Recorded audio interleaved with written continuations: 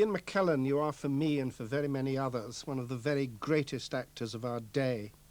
I think of you as Macbeth, as Iago, as Richard III, Salieri in Amadeus, Max in Bent. You came out as a homosexual in 1988. Why then? Coming out is a journey. It can be accomplished quickly or slowly, in my case, because I was 49 when I completed my journey, which begins with you coming out to yourself, recognizing that you are gay. And then you proceed to tell other people about it in order to make your life tolerable. But if you're in the public eye, there is an extra bit of journey to go, which is, on occasions like this, to be prepared to be honest and talk about the fact that you're gay. You don't have to go into any details about it, but unless you want to. And it was that bit of the journey that I hadn't accomplished, along with, I must say, not having told my stepmother or close members of my family. So it was a considerable leap that I was making rather at the last minute, and the best thing I've ever done in my life, I think. Better than playing Macbeth or Iago, actually. You said, actually, about that time that it was not just the best thing, but the only significant thing I've ever done. That's what it will say on the gravestone, you said. Now, why did you say that? That's pitching it a bit high, isn't it? I didn't realize until, rather casually in a discussion with Peregrine Worsthorne on, I think, Radio 3, that I was gay, that what a millstone it had been around my neck, how often I dodged the assumption of strangers that I was straight and I hadn't disillusioned them. Although at work, my colleagues, my employers and employees had always known that I was gay, and there'd never been any secrecy about that. But I think it was just simply feeling that at last I absolutely was my own man and could live my life absolutely on my own terms and didn't have to apologize to anybody. And it's the relief of that and the sense that you wasted an awful lot of time not having done it along many years before. If your employers and your fellow actors knew that you were gay, what was it precisely, do you think, that held you back? The weight of society's disapproval, historically, of course, legally. I mean, there are laws of the land which disadvantage gay people, lesbians as well as gay men, which the straight population would find intolerable. And the sense throughout my upbringing, whether it was the church that I used to go to with my parents in South Lancashire, or the school where I went to where sex of any sort was not mentioned, let alone sexuality. And the fact that until I was well into my 20s, it was absolutely illegal for me to have sexual relationships with somebody of my own gender. This really does bear down upon your soul, you know. And when you finally say, I don't care about all those restraints and constraints, I think they're wrong, that you feel you're standing on a firm moral bit of ground for the first time in your life. And then if you're me, you begin to make connections with other people who aren't in quite as happy a position as I was, able to take over my life, living in the comfortable environment of show business and where sexuality is pretty irrelevant, or indeed living in a metropolitan district. Beyond there, of course, in the United Kingdom, there are many, many people who would need to be a great deal braver than I was to be able to come out, and it's on behalf of them that I now feel I can sometimes be a representative. I think it's very difficult for people who are not gay to understand what pressures gay people feel under that prevent them from being open about their sexuality. I mean, how tough and difficult is it still for some people in Britain to admit it to the world? Well, you know, if you're married, or you will get an invitation inviting your partner, your spouse, along to the office party, or indeed the Buckingham Palace garden party. And if you're not married, you'll be invited to bring a friend, and it'll be assumed it'll be a friend of the opposite sex. If you take along your partner, who for you is your spouse, with whom you share everything, and the invitation doesn't include them, and indeed there are nasty looks all round if you take them to whatever event it might be, that puts a ridiculous strain on a relationship. and makes it more inward-looking than it should healthily be. You know, relationships between people who live together can only be really satisfying when they're lived out in public, where people know. They don't have to know the details of the relationship, of course not. There are curtains and there are front doors and there are locks on them, but occasionally you want to walk out together down the garden path, arm in arm. You might want to say goodbye to each other in an affectionate way at a railway station. Until very recently, and I think it may technically still be against the law for two men to do that, in case they should cause a riot from horrified onlookers. Frighten the horses. Frighten the horses. And it is surprising if you look, even within my business, where, as I say, homosexuality is not an unknown thing. When you go to Hollywood, the pressures are so strong there on actors of all generations to keep their sexuality secret, that people go to the most extraordinary lengths. They get married. They pretend they're having a relationship with someone of the opposite sex, whereas in fact they're having a real relationship with someone of their own gender. And there are no really famous actors who are openly gay in Hollywood. It's astonishing. It's not true of Broadway, of course, and it's not true in this country. But if people who are earning fabulous amounts of money and are right at the top of their tree feel that they can't do it, well, that's an indication of the sort of pressure that's on them, on us all. When you did it, you said, what makes me so angry is that I've been conforming and destroying something right at the heart of myself. What was destroyed?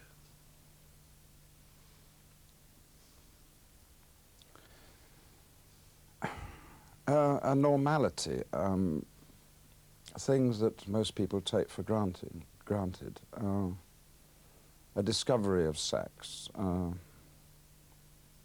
early passionate friendships, flirting. All done without? If you're gay, in my generation, if you did any of that, you did it in a secretive way. You didn't talk about it at home. It was made to feel something that really shouldn't be going on, that was grubby. And the people of my generation who were out and who preceded me by being honest and were an example to me, an example I didn't take up for a long time, they were really, really very, very strong people indeed, and most of us feel we missed out on the normality of youth and the normality of relationships. That's what I feel robbed of and angry about. You also said, I've been a misfit all my life. Out now, do you still feel that? No, and there's always been a side of me that's had an ambivalent attitude to the establishment, as it were, whether it was at school, where I was head boy, briefly, school captain, but gay, and unable to say I was gay. Whereas these days, I hope a gay head boy of Bolton School would be proud to say that he was, and let everyone lump it. Have you been back and been lionised there? I don't think I've been invited back, but Hint, hint. some schools and some governors and some head teachers have a problem with talking about sexuality, partly because there is a law, certainly in local authority schools, inhibiting the discussion of sexuality in the schoolroom. But beyond that, I've always had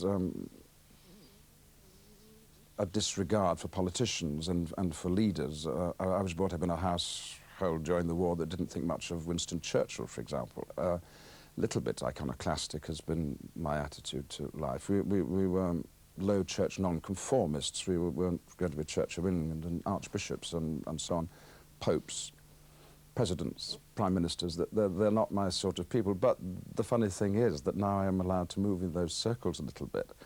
And I feel less of a misfit, but I still go in with an actor's objective eye and store up the body language for future performances. As an actor, some of the great roles that you've played have been outsiders. Richard III, Max, Stockman these days, and even now Captain Hook, a bit of an outsider, I think. Yes. What draws you to those roles? Well, until you roll that list off, it hadn't really occurred to me. And of course, actors don't always pick their own parts. They get offered parts. And so maybe your question would be as fairly asked of people who've employed me. But don't you need to be drawn to a role before you hurl yourself into it, as it were? I can't play a part unless I sense him inside myself and absolutely identify with him, even if it's just for 10 seconds during a long rehearsal period when the part and this person become one, and it will be obvious to everyone in the room, including the director and this actor, that that has happened, and from that close association you will begin to build. Yes, and it is possible when you're playing Stockman, for example, Dr. Stockman in Ibsen's Enemy of the People, the man who tells the truth and is reviled for it and refuses to shut up about it, and is accused of being a troublemaker because he doesn't have any respect for authority. Well, yes, during rehearsals I thought, well, yes, that is me in part, and certainly I've tried to make the establishment uncomfortable at times because I thought they were doing the wrong thing. But you could equally look at parts I'd played and said, well, you've got an obsession with soldiers, whether it's Macbeth or Coriolanus or Richard III.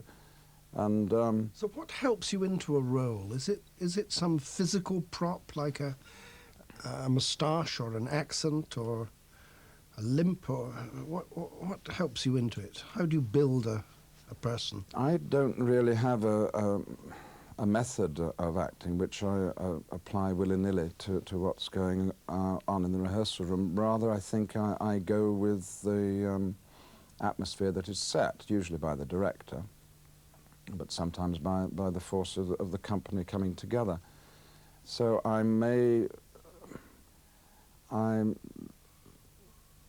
it might all happen in the rehearsal room, but it's more likely, I think, the illuminating moment might happen after the rehearsal when I'm on my own, at home, poring over the script, or indeed in learning the lines by myself, speaking them out loud, trying out different things and suddenly hearing a tone of voice which seems right, or that might be a physical characteristic as well. And I think that explains why during any rehearsal period I'm absolutely depressed, because this moment when something happens that I can build on mightn't occur until really very, very late in the day. And when I was working in repertory companies where we only had 2 weeks rehearsal, it would sometimes happen as I was applying a makeup for God knows what character, and suddenly I saw a man in the mirror and I thought, oh, that's it. Actually, Stanislavski recommends that as a method of getting inside a character, funnily enough. But it was only when I worked with Mike Alfreds rather late in my career, this was about 10 years ago at the National Theatre with Cherry Orchard, and he is one of the very few directors who has devised a method for rehearsing which allows all the actors to proceed at the same pace.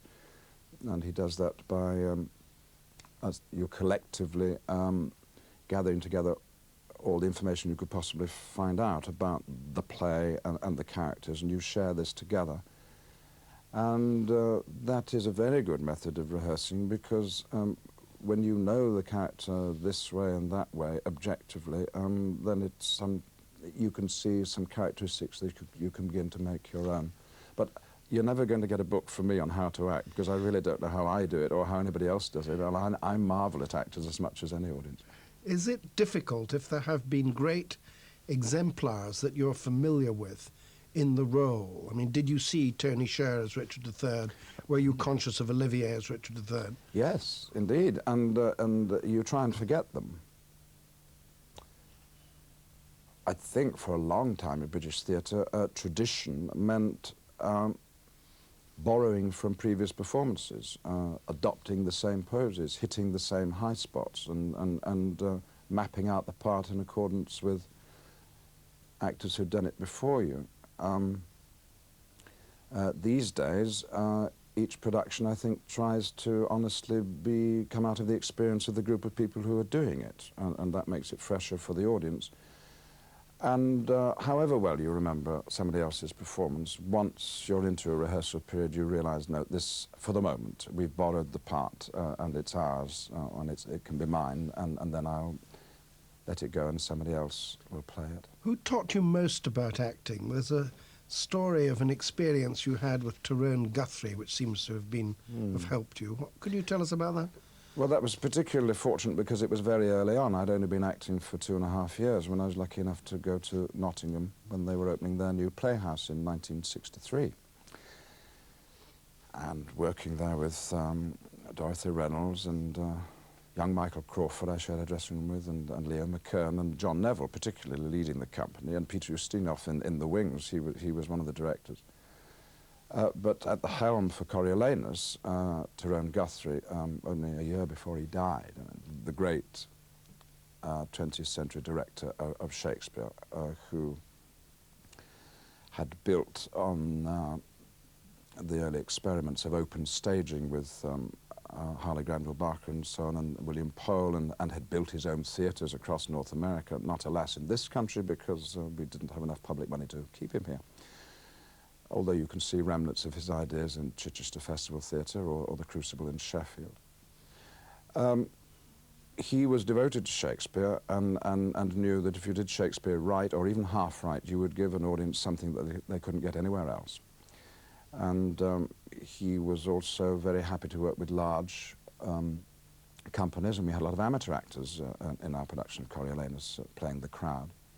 I was playing Tellus Ophidius, a major supporting part, and at the end of the play, when Tellus Ophidius, the great black general, or black-hearted general, kills Coriolanus out of envy and fury that he feels betrayed by him. There is a speech, alas I can't quote it to you, which he seems immediately to regret that he's killed his erstwhile best friend, even lover, you might think, reading some of that rather erotic exchanges they have at their first meeting. And usually that's played ironically by the actors because they can't believe that anyone could change so quickly from having murdered than to regret. And Guthrie wanted me to keen over the dead body and hug John Neville to my arms and say, I regret it, this was a great man, and what a loss it is to the world. And I used to dodge this moment through every rehearsal, as actors often do, hoping inspiration would strike. But when it came to a very late, probably the dress rehearsal, we were in the theatre and in costume, and this moment came, and I fudged the issue once more. And Guthrie, who was 6'3", swathed in scarves, he got a bad cold, came flapping down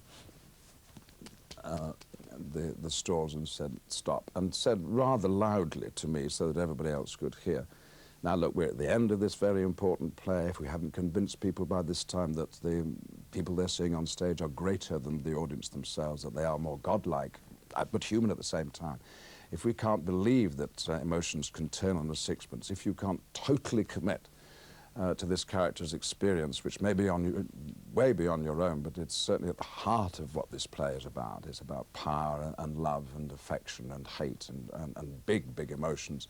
Then we might as well all go home and watch television. Go on, do it. And under that instruction, because I knew what he was talking about, it infused his entire production. Some noise came out of my mouth, which I was able then to reproduce at ease for the rest of the run. And you howled with grief. Yes, a howl of grief. And critics came to Nottingham and thought, oh, here is a great actor full of imaginative touches. Well, of course, all I was doing was what I'd been told to do. Where were you born? In the hospital in Burnley, in Lancashire, where we lived just for 2 months after that, and then we moved to Wigan. And then when I was 12, we moved to Bolton, so Lancashire. Who were your parents? My mother, Marjorie Sutcliffe, from Cheshire, where she'd met my father, Dennis McKellen. They'd met probably going to church. My mother's father was a minister of the local Congregational Church. What did your father do? He was a civil engineer, and by the time I was born was, I think, deputy borough engineer of Wigan, and ended up 15 years later as the borough engineer of Bolton, which meant he was not only in charge of the engineering side of the town, but he was involved with street lighting, maintenance of streets, architecture, building of new houses after the war, a 25-year plan, sewage, street lighting, huge responsibility. You've told us they were nonconformists. Did they go much to chapel? Oh yes, every church we called it. Yes, Church? every Sunday, and we went, I think, twice on Sundays. And You did? Yeah, and then I went to Sunday school as well. Do you think the speech you heard at church was part of your education?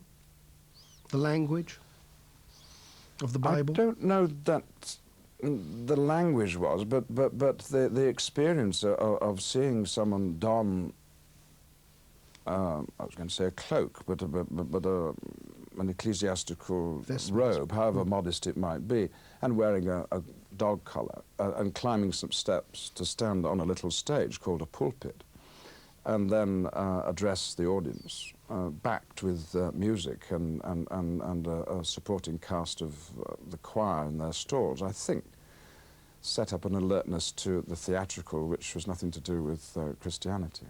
You were head boy at Bolton School. Did you fitted in easily there? I was an absolutely dreadful head boy, although it's a part I feel I've been playing ever since. People thought I ought to be taking over the National Theatre when Richard Eyre resigned. No. I mean, I can be there in the company, and I can pick up the flag, but I can't design it, or I can wave it. Your mother died when you were quite young. Mm. Who helped you over that? Well, I'm not entirely sure that anybody did specifically. It happened when she was 12. She was... When you were... Sorry, when I was 12, and she was, I thought, recovering from an operation. She'd actually had her breast removed. It was cancer. And when I was on a school camp in South Wales, my uncle and a family friend came down to tell me that she died, which wasn't at that moment a shock, and there were certainly no tears. And I wasn't brought back for the funeral, which I think was a big mistake. When people thought it's somehow heartless that Prince Harry should be walking behind his mother's coffin, he was at the same age as I was. I thought, no, that's a good, important thing for him to know that he's done. Say goodbye. My father was very protective of me, but it was very hard. My elder sister, Jean, had by this time gone to university, so it was just me and my father, and a housekeeper was brought in to do the housework. And then I was very glad when about 3 years later he married again, my stepmother, who's still alive, Gladys, and she became my, I don't think a surrogate mother. It's only quite recently that I've stopped calling her my stepmother. It's very hard on her, I think, that I persisted with that. But I just wonder whether my youth and what I now regret about not being open about being gay mightn't have been different if I'd had the security of a mother who absolutely adored me and whom I adored. And my father was not an easy person to talk to about emotional matters. So things might have been a great deal different if she'd lived. Was it about then that you first realized you were gay? I don't know that I put a label on it, but I was aware that I was attracted to the male form, whether it was in a film or on a stage or in a book, or indeed in life. And I was aware that other boys didn't feel that way, and there wasn't much conversation about it. There wasn't any. Was it about then that you were first attracted to the idea of theatre, apart from church?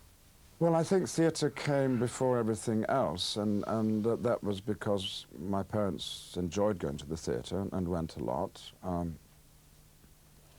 And I picked up the habit very early on, and I think in my early teens was regularly going down to the local repertory company to see the plays, which changed every week, and then going to Manchester to see travelling productions from London or on their way back from London, and then later going with the school camp to Stratford to see major performances of Shakespeare's plays through the middle 50s.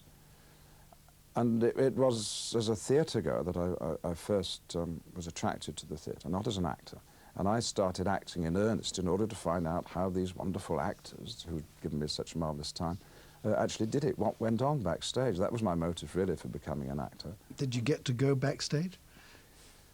Yes, and crucially, in Bolton, when I was about 13, 14 and 15, my father knew the man who owned the Bolton Grand Theatre, which was a variety theatre, change its bill once a week. Comedians, singers, animal acts, conjurers, contortionists, all sorts. And I was allowed to go and stand in the wings and watch these people prepare. And then I would go and see later in the week the performance from the front of house, and so I got the best of both worlds. And the magic of I was aware it was a privilege, but going on my own, backstage with a lot of strangers, although the stage doorman and some of the staff got to know me, very indulgent. I don't know how. I wouldn't allow a kid of that age to be backstage while I was performing. Why not? Give them a chance. These wonderful performers, they weren't necessarily wonderful at what they did, but their spirit was what attracted me. They would be, you knew they were staying in dreadful digs, and the state of their dressing rooms was absolutely appalling. It was dust and dirt and inconvenience, and the scenery was extremely tacky. And they were under a lot of pressures, and there were arguments between them, and husbands and wives didn't get on, and then suddenly they would step out, and just crossing that line, out of the darkness into the light, and suddenly all was glamour, and all was positive where negativity was left behind, and the determination to give the audience a good time was so strong. And I just admired that spirit enormously, and that's I think why eventually I was hugely happy to become one of them, really, and I make no distinction between stand-up comedians and contortionists and Shakespearean actors. We're all doing the same thing, really. When you went up to Cambridge, you acted a lot.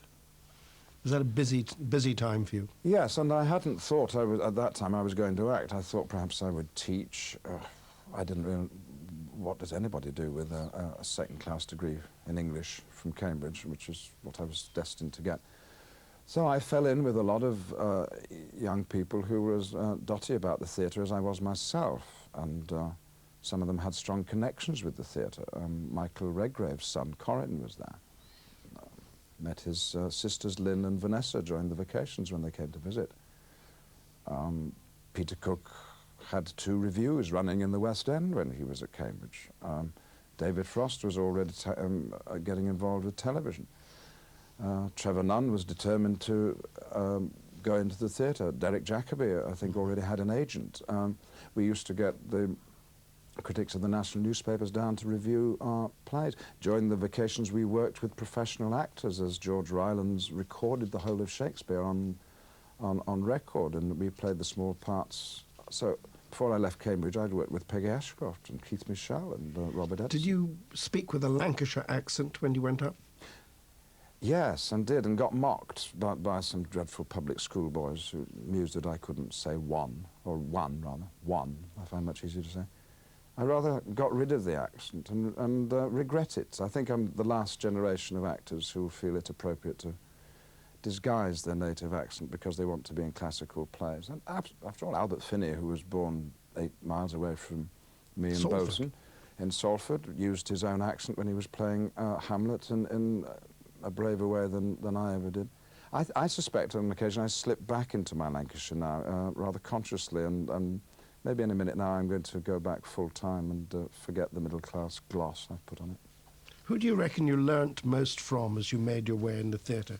Was John Barton an influential teacher, for example? Yes, and directors. John Barton was a don at Cambridge before he went to help his old mate Peter Hall at Stratford, where he became the eminent squeeze. He directed me in 3 Sisters, and crucially as Justice Shallow in Henry IV Part 2.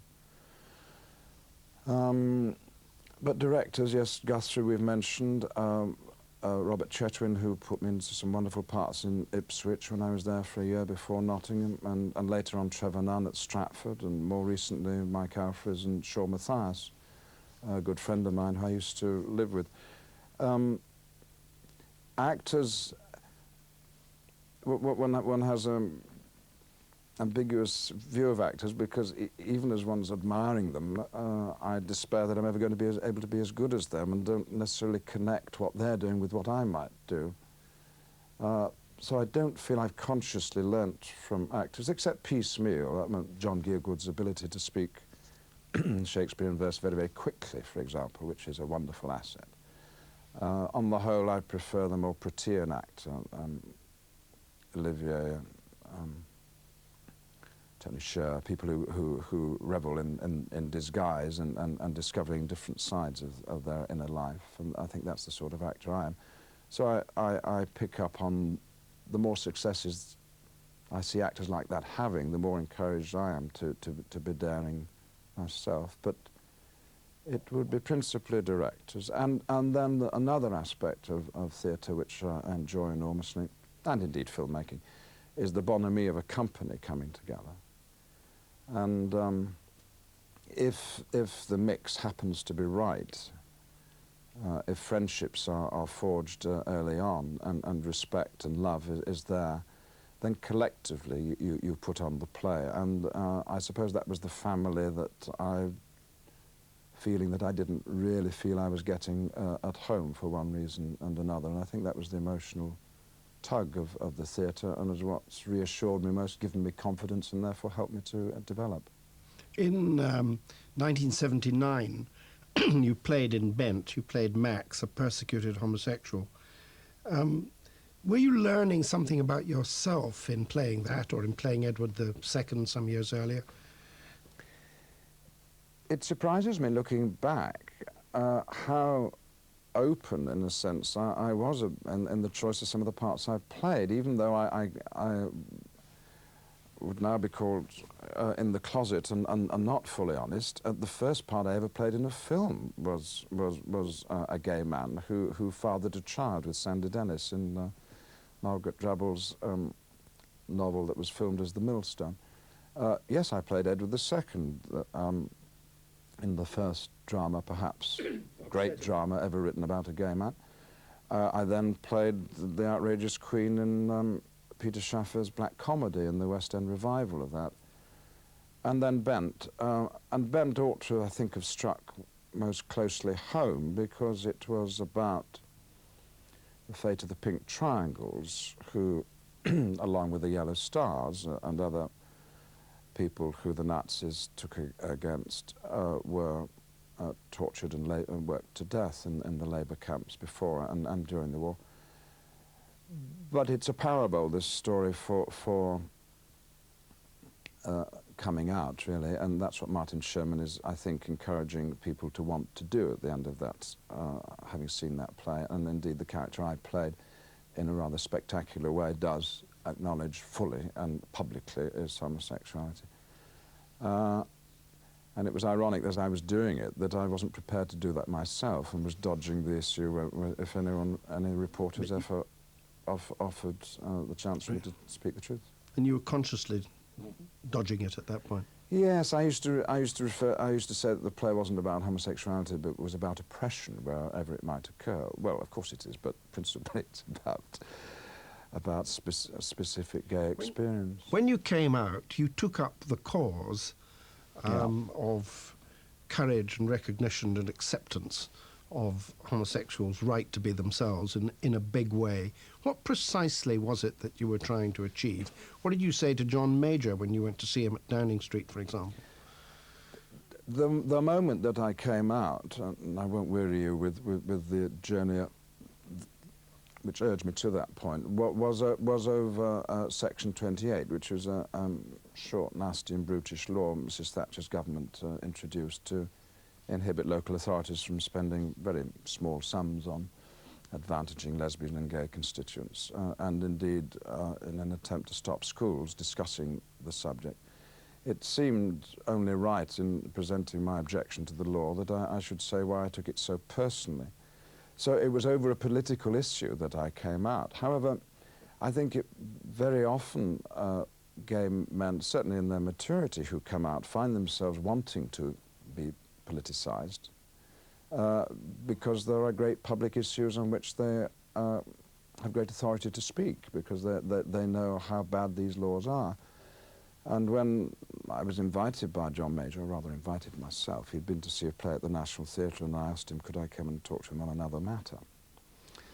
And he very kindly said yes. And he took off his jacket and took out his notebook and pencil and said, I know nothing whatsoever about this subject. I don't know what you want to tell me. I should take notes. And he did without much comment.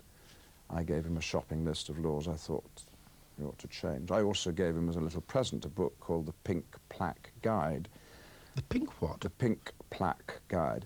Instead of the blue plaques around London, which celebrate famous people who've lived or worked in specific buildings, these are buildings where gay people have lived and worked. And on the cover of this specific book was a photograph of 10 Downing Street, so I asked him to guess why that was there, and he looked a little bit nervous. And, well, what about prime ministers would be gay? Well, indeed, and he was racking his brains and didn't quite like to put in his foot in it, and then I explained it was William Pitt the Younger, who was undoubtedly only tolerated male company in Downing Street, and died of over-drinking, probably because of the difficulty of not being able to say he was gay. I wouldn't be surprised. And I began the conversation in that way and tried to just encourage him to be more simply humane in his attitudes. But it's very difficult at that level of society, where people are busy clambering up a slippery pole and being very private about their sexuality, for someone like a prime minister to get from a close associate, who might well be gay, an authoritative view on the miseries of being gay because of the laws that the Prime Minister has it within his power to repeal. Now, I think things will probably change with the new government, who are 10 years on, are able to take advantage of the work that Stonewall and other organisations have been doing in the meantime, educating the world, or the United Kingdom world, through the media and public demonstrations and so on, and writings, as to what should fairly, reasonably and swiftly be done about these laws. Have you a partner, and what do you hope for each other? No, I don't. It's the only thing in my life that I regret considerably. I mean, day to day there are upsets of one sort and another, but I do like a home, and much as I travel for my work, I do enjoy coming home, and I got a beautiful house on the river, which I used to share with Shaw Matthias, and assume one day I'll share with somebody else, although I'm very willing to move for the right person. And the right person would be, it would have to be someone who was as ease with being openly gay as I am. Not that I relish the fact of becoming a famous partnership, and there's no reason why gay people, any more than married people, straight people should talk about the details of their private life. That's not the point. But just unashamedly going about our business, it would be someone like that. Their age, their looks, their interests, well, that would depend on who they were. I think I'd be going for the heart of the matter rather than anything else.